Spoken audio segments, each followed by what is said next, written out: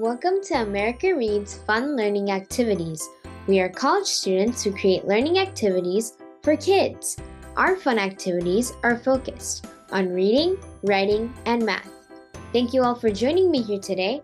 My name is Shravya. In today's video, we're going to be learning about grammar.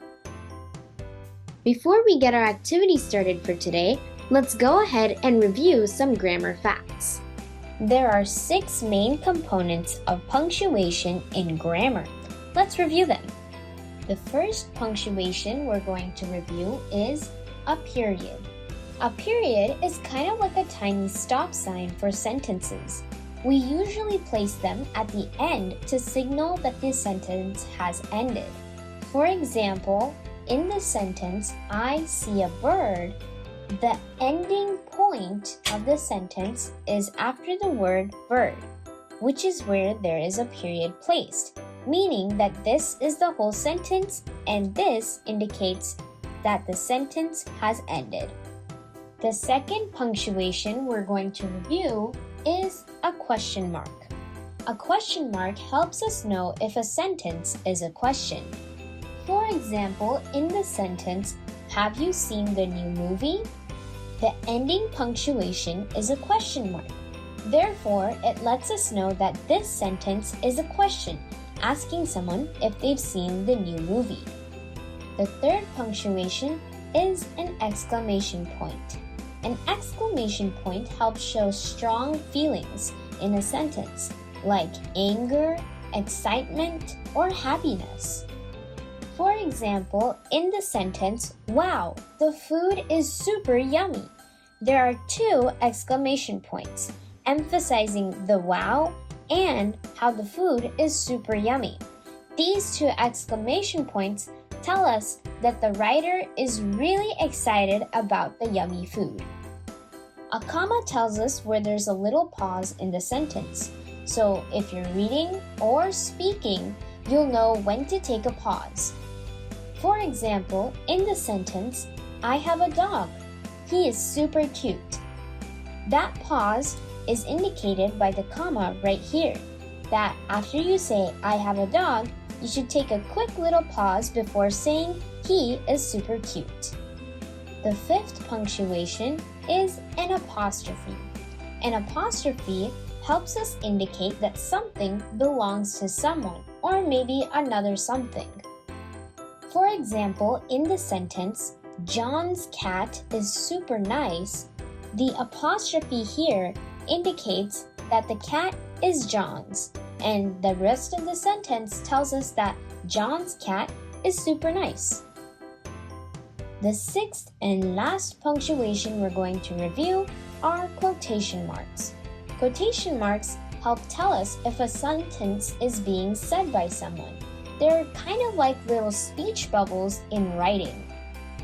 For example, in the sentence, "I love apples," said Jasmine. Here are the quotation marks, indicating that this sentence was actually said by Jasmine, aka it's this small little speech bubble in the overall sentence. All of the punctuation we just reviewed often don't work alone. They always work together, which is why you'll see many of these punctuations together in a sentence. After all of these punctuations combined is what gives us good grammar when we're writing a sentence.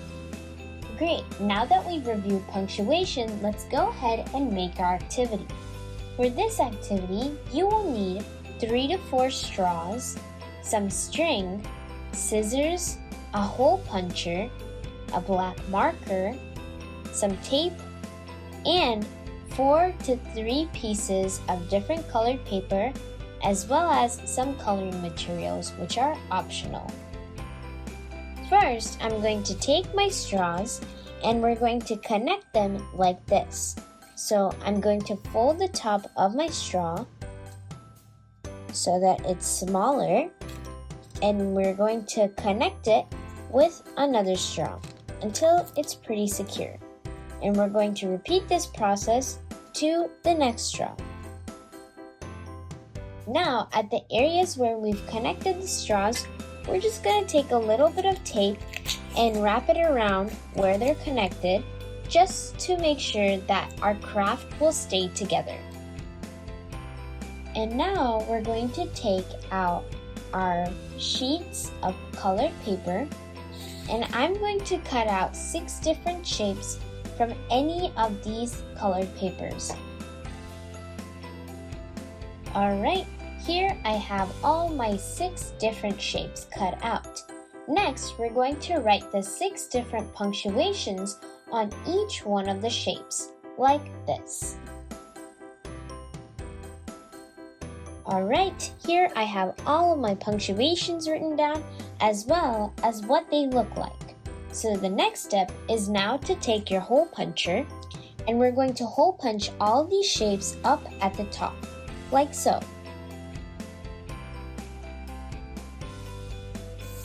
Now that I've hole punched all my shapes, the next step is to take our string. Now that we have our string, we're going to be cutting around 6 pieces of string, which are going to be medium length. These strings are going to let us hang down our cute shapes from our mobile base, and this will help us remind us of punctuation in grammar. So let's go ahead and get that started. If you would like to do an extra step, you can go ahead and take some of your coloring materials and decorate these shapes, but this is an optional step. Awesome job, everyone! We just made a cool grammar mobile that can hang from the ceiling. Let's use our craft to read a fun story and challenge our skills to make this story have correct grammar.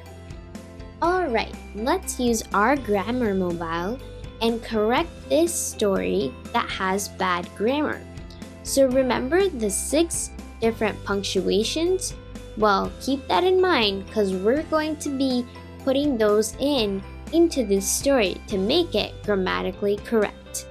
Alright, once upon a time in the forest, there was a happy group of animal friends. So that is our first sentence.